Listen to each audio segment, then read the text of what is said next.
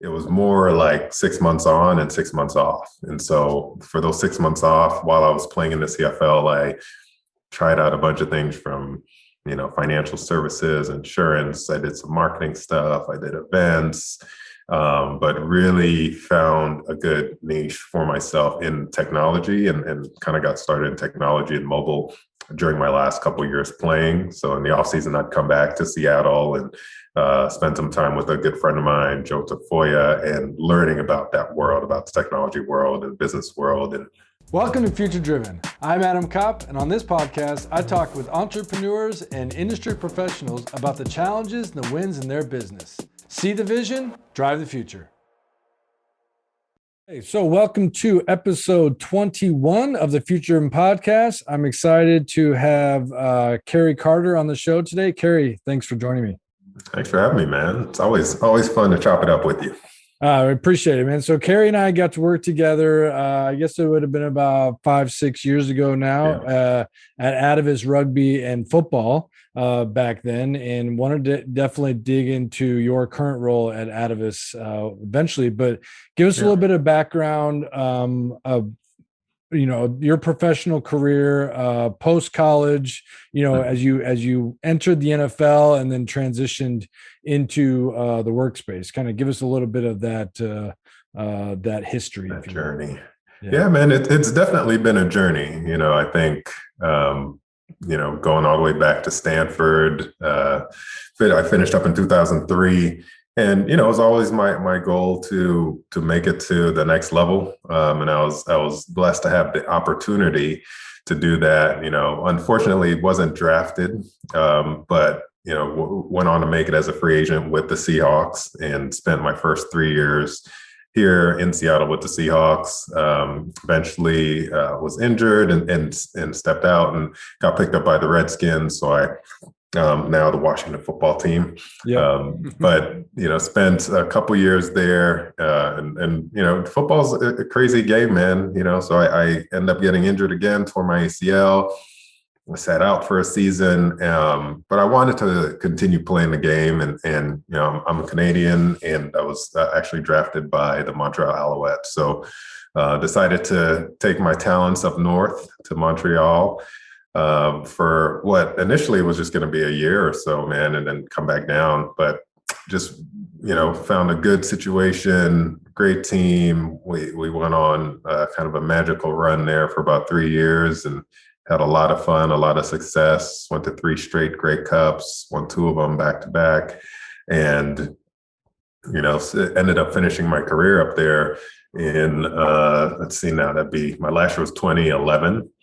But during a lot of that time, honestly, I spent the off seasons doing things outside of football, right? Trying to figure out what was going to be next for me. And that was kind of one of the blessings of being in the CFL. It's not as rigorous, or it wasn't at that time as rigorous as like the off season for the NFL, where you're back and you're there working out, 4 days a week, and there's 3 or 4, a couple mini camps and all those things. It was more like 6 months on and 6 months off. And so for those 6 months off, while I was playing in the CFL, I tried out a bunch of things from, financial services, insurance. I did some marketing stuff. I did events, but really found a good niche for myself in technology and kind of got started in technology and mobile during my last couple of years playing. So in the off season, I'd come back to Seattle and spend some time with a good friend of mine, Joe Tafoya, and learning about that world, about the technology world and business world. And, so decided to how many years was it that you were with the NFL and then CFL? Yeah. So in total, it was 9 years. So 4 years in the NFL, 5 years in the CFL. And so, from 2007 to 2011 is when I played in the CFL. And so 2000, I want to say 8, 9, and 10 is where we went to the Grey Cups. And then all those off seasons, I would come back to Seattle and I would be kind of just jumping into the business world and trying to learn, so that when I finally did make that decision, after the 2011 season, to go ahead and transition, it was kind of because I already had something going already. We had started a company called JumpIt, media, and we were doing events and kind of combining the technology and the events for athletes. And so we're having some success with that. And that's what kind of forced me to make that decision, even though I had another year left on my contract. So I could have kept playing, but I felt like it was the right decision and the right timing. Okay. So it sounds like you did it right. You had a nice transition where you had a little bit of what you were saying is that CFL gave you a little bit more time versus what the NFL, mostly would do. So you got some time to kind of do some work in the off season while you're looking to transition post career, that's a great move. Yeah. And it was hugely valuable. I think, it's tough, right? You're in the game for so long and you're focused on, doing everything that you can to get better as a player.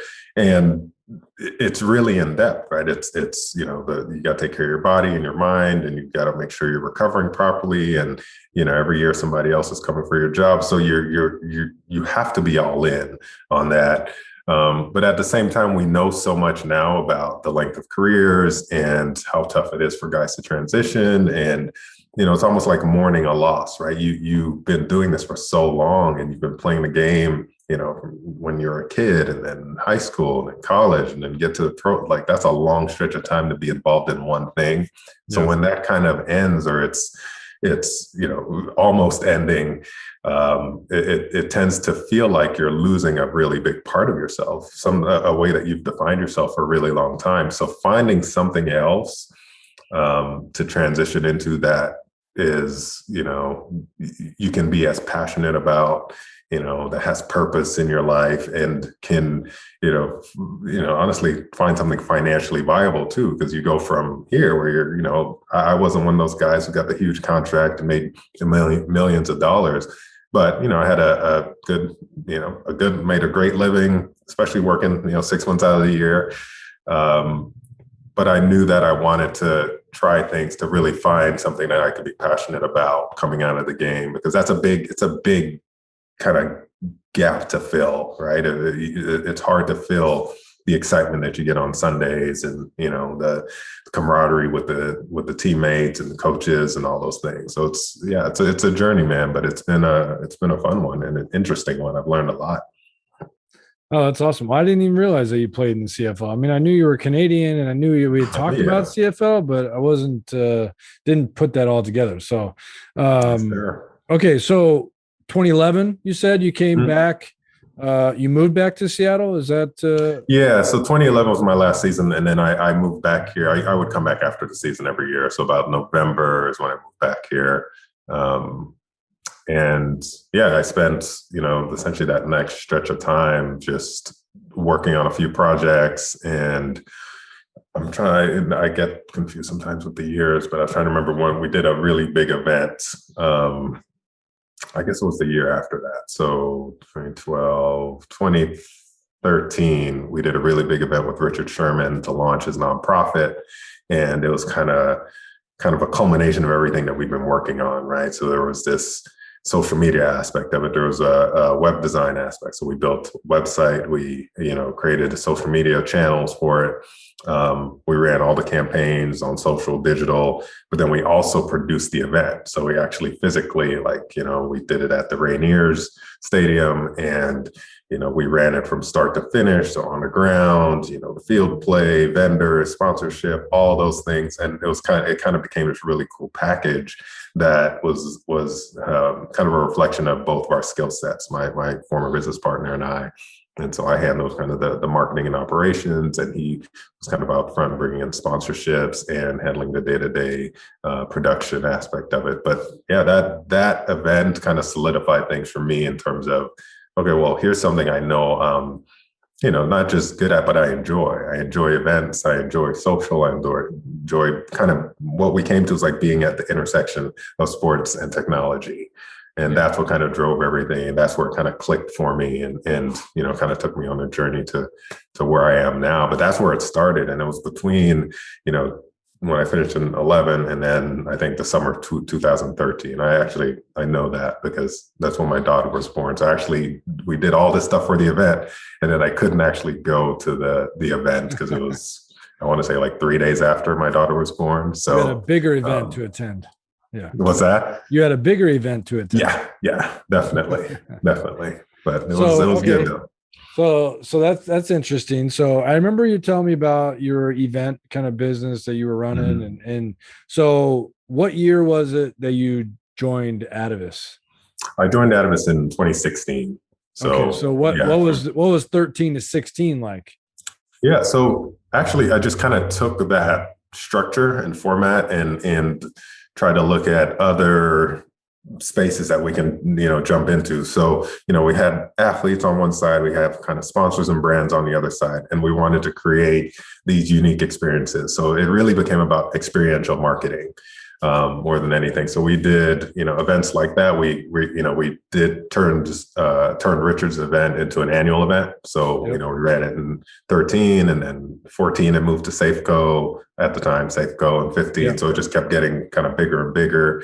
But then what I tried to do was combine, the event itself and the marketing aspect, but also some type of social good or social awareness piece to it. So like with Richards, it was to launch his nonprofit, right? And so, to launch it, he was number 25. So he chose 25 different nonprofits across the country, and he's going to give away $25,000 on top of this event.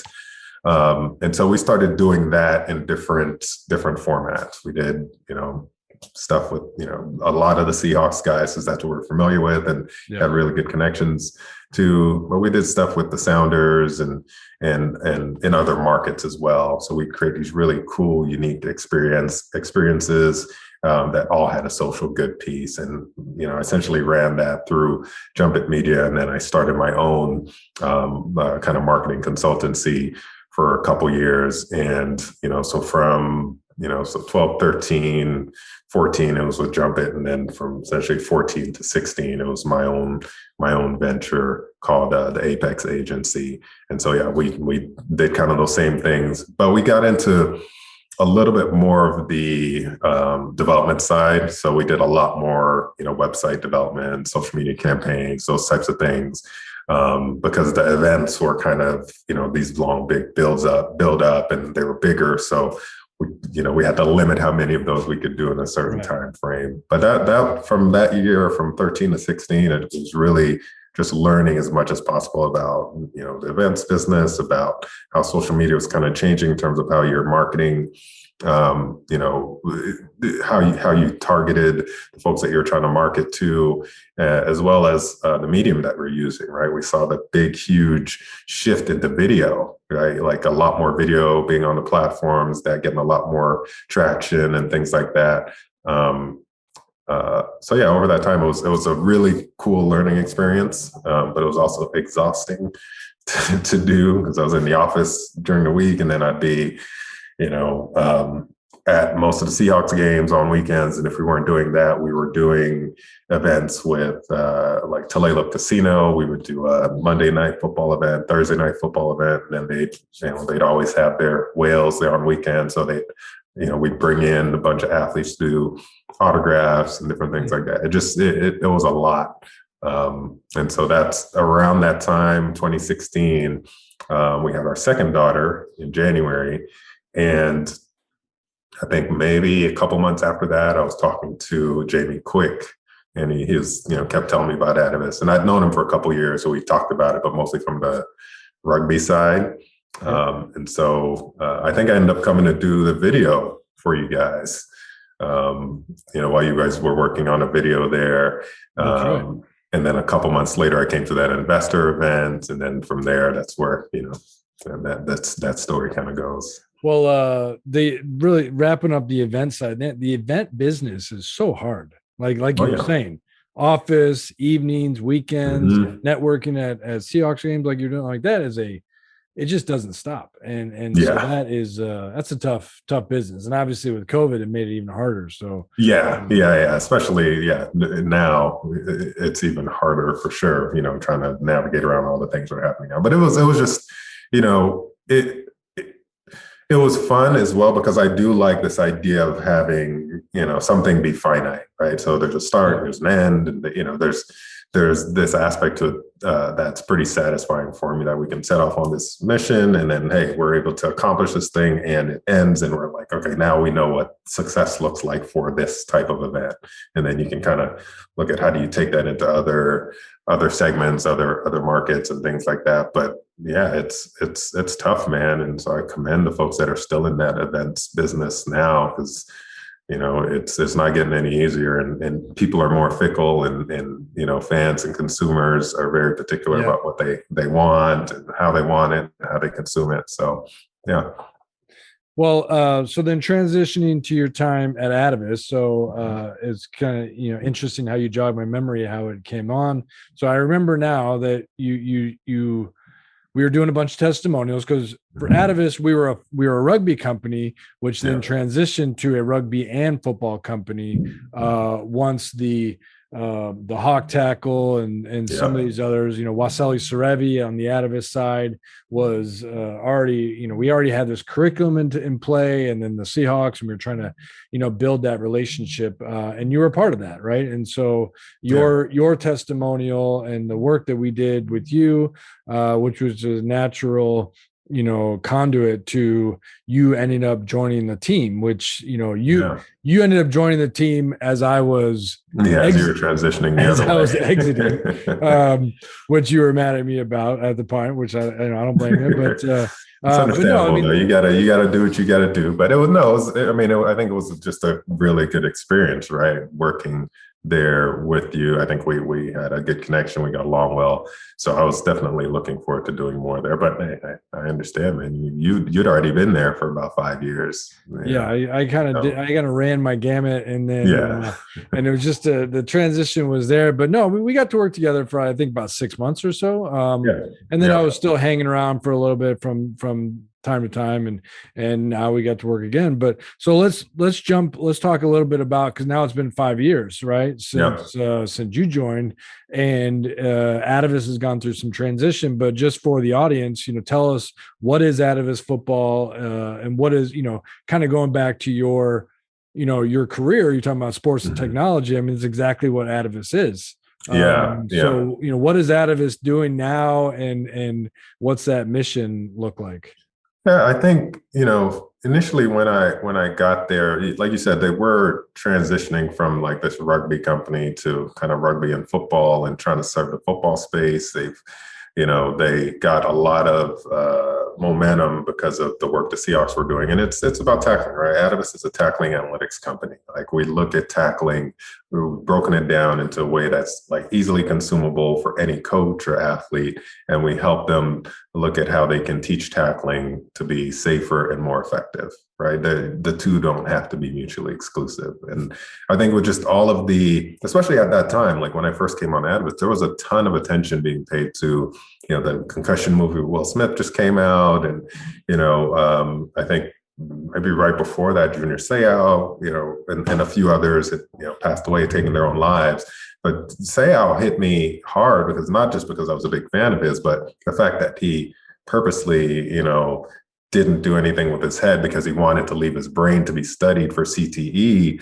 Like, that one hit me. It's like, man, somebody that's, been to the highest highs, and he's one of the greatest ever, and has so many things going, and to lose them in a way like that, and then have him point to this idea of, hey, I want you guys to look at my head.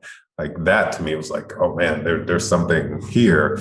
So when I found out about what Atavus was doing in terms of trying to create this online platform for learning for coaches that were interested in teaching a safer and more effective tackle, like, I definitely felt like my skill set lined up well with, what the company was trying to do, and my background obviously being on the football side. And regardless of not being on the defensive side, I spent a ton of my pro career on special teams where I had to learn to tackle and relearn to tackle. I think college is the only time I didn't tackle, because I played offense and defense in high school, and then obviously in the NFL playing, and NFL and CFL playing on special teams.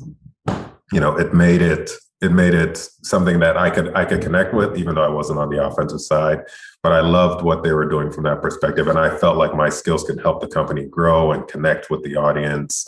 And so from that time from 2016 to now, I've done kind of a little bit of everything there. Started on business development side and really kind of morphed into operations and development, help with fundraising. But my passion is in storytelling and marketing. That's why I think we had a connection. And so I always looked for ways that we could tell a better story, connect better with our audience, and do it in a way that felt authentic, because I really feel like what we're doing has value. I can help a coach, and not just help them win more games, but help them connect better with their players, because you create this universal language that, as a coach, instead of just yelling at your player and, I want you to run faster, do that, give them the structure and tell them why. Yeah. Here's why I want you to do this. I want you to get your foot down into the ground at the same time as your shoulder, because you generate more force that way and you give yourself a better chance of succeeding on that play. So I think that idea of changing that conversation, changing the dynamic with the coach and the player was kind of a big one for me. Yeah. So, and Atavus has worked with some pretty big colleges, right? What are some of the colleges that you guys have worked with over the years? Yeah, so we've worked with quite a few. Okay, hear me all right there? Yeah. Sorry about that. No, we worked with quite a few. When I first got on board, we were working with the University of Washington and University of Nebraska. Then brought on Michigan State, Rutgers. Started with our relationship with UW and Ohio State. And since then, Baylor, Oklahoma, we've kind of run the gambit a little bit. And, I think we've had success with a lot of those programs because they had a commitment to not just tackling better, but just like providing better options for their athletes, right? And they want to make sure that they're doing it in a way that was safe, that protected themselves. Because that's, especially in college, that's a commitment that a coach going into your parents' home, they talk about that. Hey, we're bringing your child out here. We're going to keep them safe. We're going to, make sure that they're doing the right thing. So it became a recruiting tool as well. I think that's what's really helped with the success of it, is you don't have to sacrifice the idea that you can get better as a team or as a tackling overall with safety, right? You don't have to, you don't have to be soft in order to tackle better. And I think that's been a really, great point of connection for all the teams that we've worked with. And that's, I've talked a lot about colleges. We also work with the Carolina Panthers, who were at Baylor previously. So that coaching staff went to the NFL, brought us along. And I'd be remiss if I didn't give a lot of kudos to the Seahawks for so much of the development kind of work that we did back and forth with them, and developing the product and the analytics tool and the data. They gave us a ton of feedback along the way. And I think because of how it originated in terms of them consulting with Atavus when it was just a rugby company, and then the Seahawks launching the Hawk Tackle, which went viral, and then kind of bringing it back to, okay, well, how do you break that down? And I think that's what Atavus did a really good job of, is capitalizing on that momentum and, the timing of it too. Like we talked about with all the rhetoric that was going around about head contact and CTE and concussions and things like that. So Atavus, I feel like, is kind of right in the middle of all of that. And do you see over the last 5 years, have you seen a difference in the game with all the things we just talked about, Hawk Tackle and the awareness of CTE and all that? Yeah, I think, I feel like it's with anything, you put a little bit of emphasis on it and you start measuring it, then you can actually see what the changes are that are occurring. And so I think with football and tackling specifically, there's been a ton of attention paid on it. And so, you go top down from the NFL, there's been rule changes enacted. Now they're looking at ejections for either side, lowering their head. There's a lot of things in place to protect the players. So on top of rule changes, there's also, the technologies, right? They're wearing the wearables, the tracking technologies, are looking at your workload and all those things to really try to manage the output that each athlete has to reduce the potential for injury. And I feel like, Atavus is like the third leg of that in terms of the technique. And, I can say that there's been progress just because of the conversations that we're having. I remember, my first clinic, I went down to, I forget where it was in Texas, but, just having people just who hadn't heard of the hawk tackle. And it was a really tough discussion to talk to the coaches there's always this like, okay, we're a head across team or we're a rugby tackling team.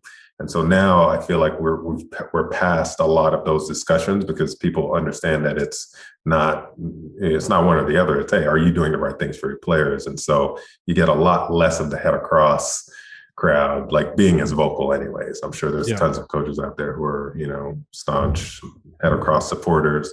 But we just feel like if you can prove that, this is not only a safer way, but a more efficient way, and your team is going to do better because you're going to allow less yards after contact. Your guys are going to have more body on body contact, and so less opportunity for injury or unnecessary head contact. Then, why wouldn't you try it?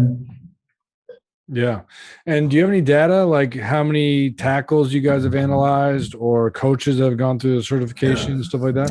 Yeah. So, I mean, I don't have the exact numbers, but I know that over the last, working with the teams that we have, I think over this last year, I remember looking back at the numbers, and it's, hundreds of thousands of tackles, right? Like over that stretch. And from that data, we're able to see a significant, teams that we've worked with from year to year, we've seen significant improvement in what we call unnecessary head contact, right? That's hard and fast number that we can see really easily.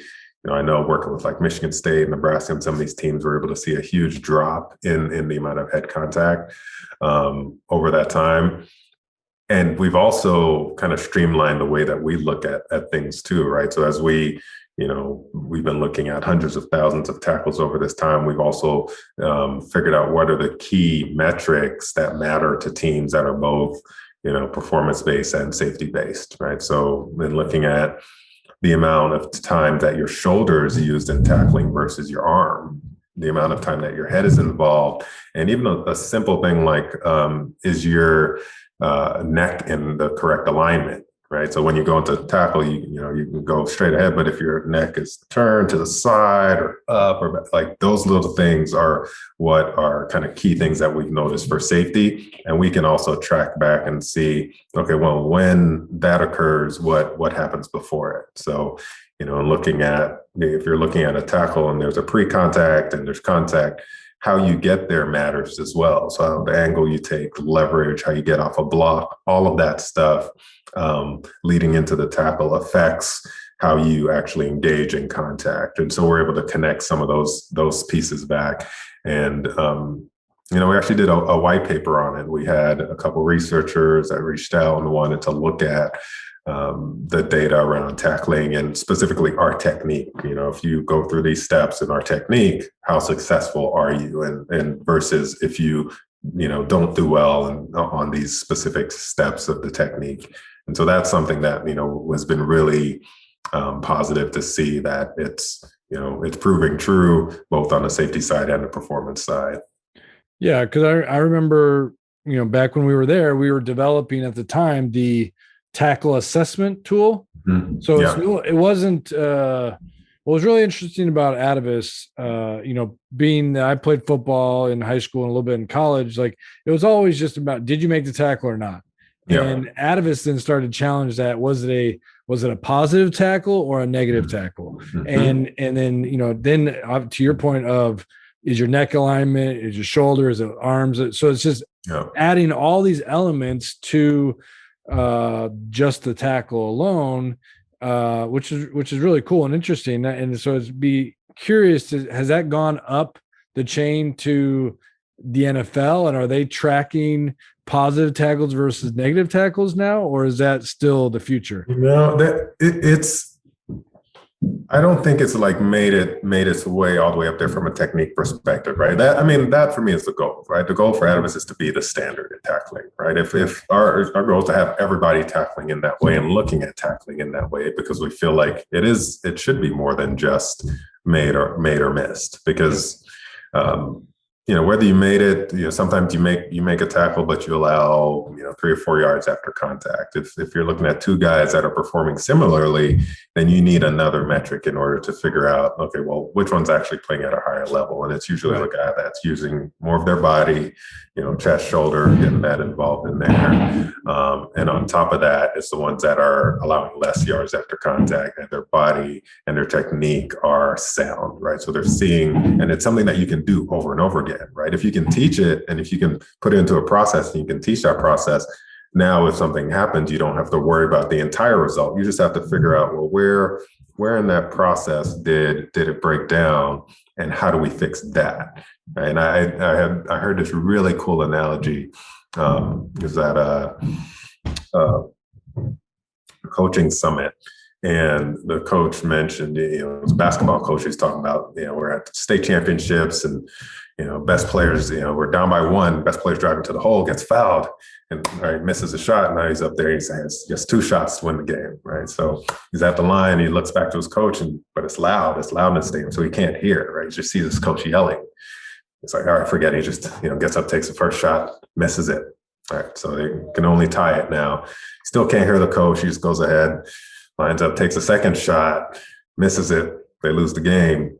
So, everybody's kind of consoling each other. Coach comes out and he's asking, he's like, man, I couldn't hear what you're yelling. He's like, well, I was yelling bear. Bear, and bear is an acronym for them. And that's, you're at the free throw line. It's balance, elbow, arc, release. He's like, yeah, I was just yelling bear. He's like, man, my elbow was out.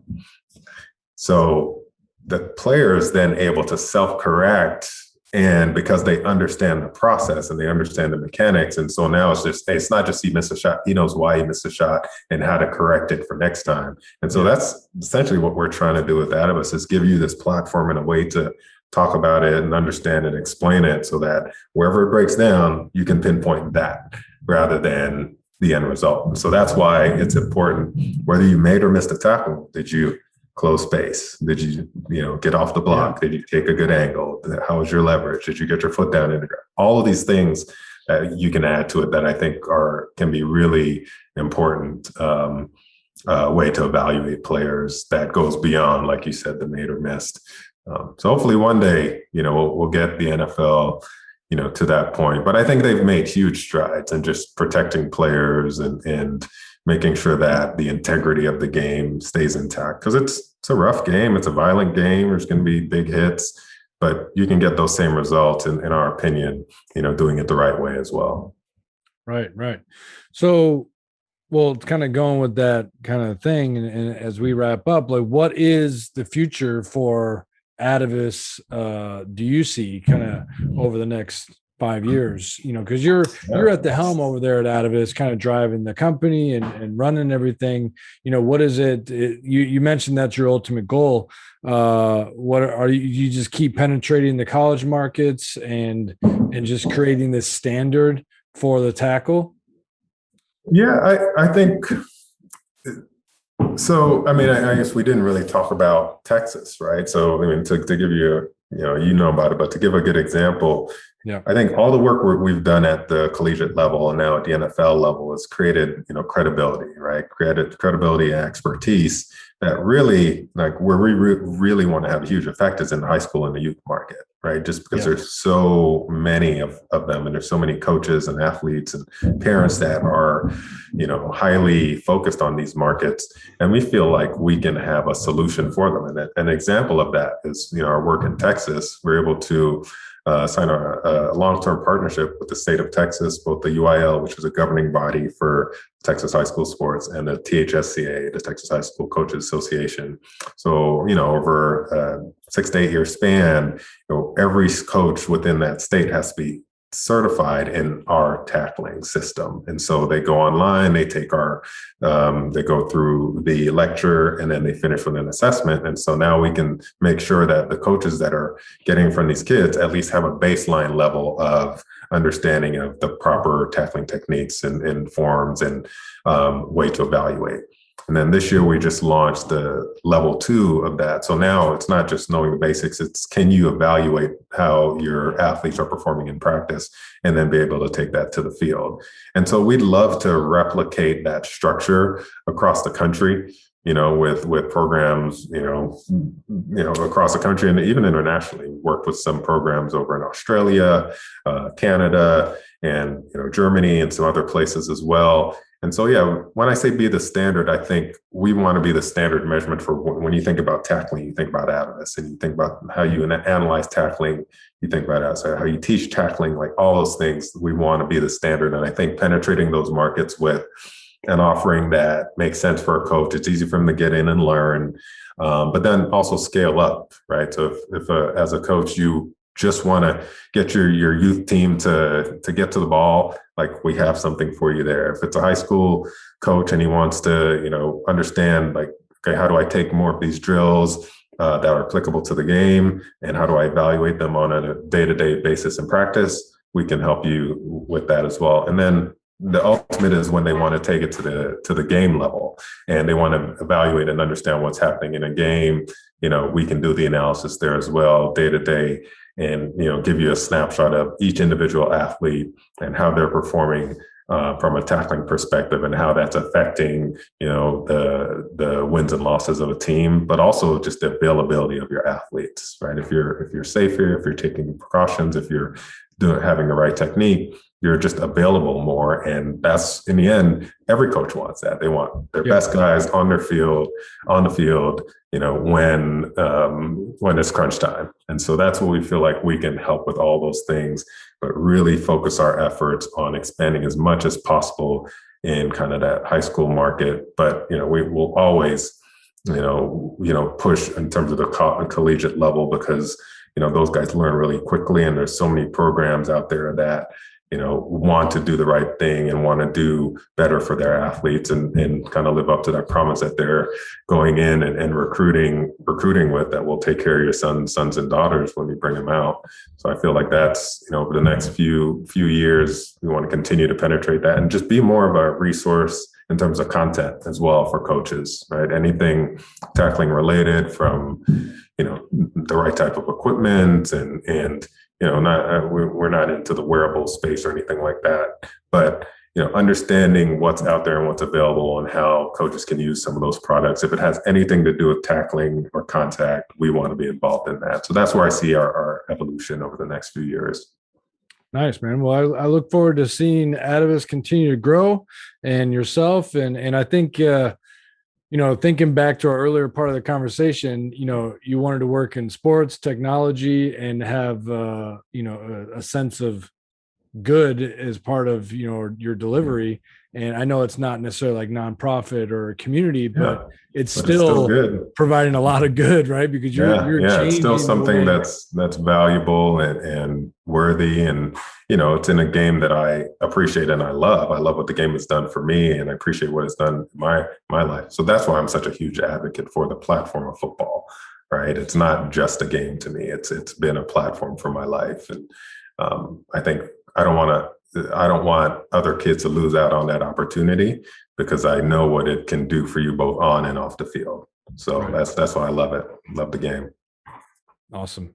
Well, Kerry, thanks for taking the time to chat with me today. All right. Yeah. Thank you, man. It's always a pleasure. Yeah. Thanks, Kerry. Have a good one. Sir, take care.